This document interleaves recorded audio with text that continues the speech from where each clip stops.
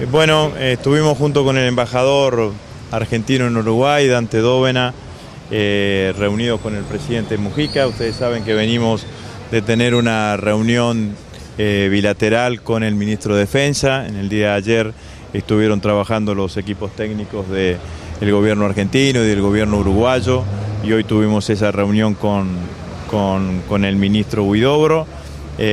Por cierto que tenemos una agenda en materia de defensa muy positiva entre Argentina y Uruguay, una agenda bilateral muy positiva que estamos desarrollando y que seguramente vamos a seguir desarrollando. Hemos entregado hoy un vehículo caucho que hemos fabricado junto con Brasil en la Argentina para que lo testee el ejército paraguayo. Es de esos vehículos militares todoterreno, digamos, ¿no?, para trabajar en campo traviesa. Así que después de esa reunión tan positiva, la verdad que el presidente tuvo la amabilidad de atendernos unos instantes junto con el embajador. Yo aproveché para agradecerle claramente las expresiones que ha tenido el presidente Mujica alrededor de esta cuestión tan particular que está viviendo nuestro país por la cuestión de los fondos buitres y por los holdouts, que el presidente Mujica se ha expresado con muchísima contundencia, expresando su solidaridad con nuestro gobierno, con el gobierno argentino, y ha planteado también que las instancias regionales en las cuales participamos también tomen el mismo camino. Nosotros valoramos muchísimo esta situación y estuvimos un poco charlando de estas dos situaciones, digamos, ¿no?, de lo que ha sido la reunión de trabajo que hemos tenido durante la mañana de hoy en el área de defensa con el ministro de Defensa de Uruguay, y también estuvimos reflexionando sobre esto que está viviendo hoy la Argentina, de esta imposición de los llamados holdouts o fondos buitres con nuestro país. ¿Qué le dijo el presidente sobre este aspecto? ¿Va a seguir Uruguay de alguna manera marcando posición en el terreno internacional? El presidente está muy convencido de la posición que ha expresado. Me transmitió claramente, nos transmitió junto con el gobernador su posición clara y contundente, que la ha hecho pública y que se la transmita a la presidenta argentina. Yo volví a agradecerle y la verdad que nosotros, vuelvo a decir, lo valoramos muchísimo, ¿no? Esto hay que recordar un poco la historia de nuestro país en los últimos años. Nosotros cuando Néstor Kirchner llegó al gobierno en el año 2003, la Argentina estaba en default. Nosotros planteamos en el año 2005 un primer canje de la deuda. Se acogieron a ese primer canje de deuda con una deuda reestructurada del 75% de los bonistas. En el año 2005 saldamos el 100% de la deuda que teníamos con el Fondo Monetario Internacional. En el año 2010 reabrimos el canje de la deuda y la cantidad de bonistas que se adhirieron llegó al 93%. Este año, después de una exitosa negociación que llevó adelante nuestro ministro de Economía, el ministro Kicillof, acordamos una deuda antiquísima que teníamos con el Club de París.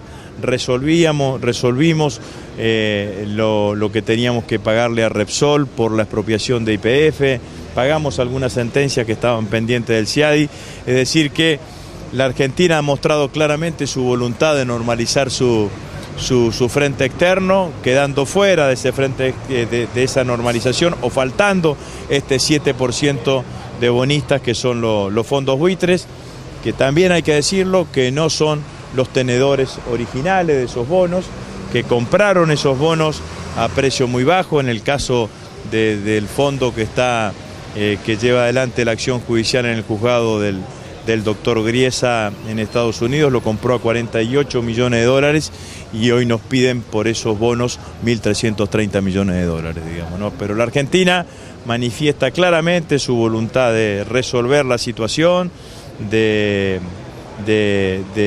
atender a la totalidad de los tenedores de bono, voluntad de negociar que hemos planteado claramente, y bueno, estamos en este sentido, digamos, trabajando en un momento en donde las solidaridades se expresas, se valoran muchísimo, ¿no? El gobierno argentino volvió a reclamarle al gobierno británico la soberanía de las Malvinas. ¿De eso también hablaron con el presidente? Nosotros le agradecimos y figura en la declaración conjunta que hemos firmado con el ministro Huidobro, la posición histórica que ha tenido el gobierno uruguayo alrededor de la cuestión de Malvinas, ¿no?